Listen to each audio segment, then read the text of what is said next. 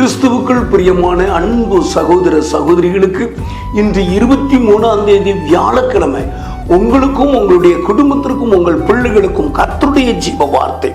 எபிரேயருக்கு எழுதின புஸ்தகம் 11வது அதிகாரம் 33வது வசனம் 34வது வசனம். விசுவாசத்தினாலே அவர்கள் ராஜ்யங்களை ஜெயித்தார்கள், நீதியை நடப்பித்தார்கள், வாக்குத்தத்தங்களை பெற்றார்கள், சிங்கங்களின் வாய்களை அடைத்தார்கள், அக்கினியின் உக்கிரத்தை அவிழ்த்தார்கள், பட்டய கரிக்கு தப்பினார்கள், பலவீனத்தில் பலன் கொண்டார்கள், யுத்தத்தில் வல்லவர்களானார்கள், அந்நியருடைய சேனைகளை முறியடித்தார்கள். இந்த வார்த்தையை கேட்கிற நீங்கள் பாக்கியவான்கள். இந்த ஜீவ வார்த்தை நிறைவேற இயேசு சிலுவையில் மரித்திருக்கிறார். இந்த நாளெல்லாம் உங்களுக்கு ஆசீர்வாதத்தை கொண்டு வரும். ஜெபிப்போம். பரலோக தகப்பனே, இந்த ஜீவ வார்த்தை நிறைவேற இயேசு சிலுவையில் மரித்திருக்கீங்க.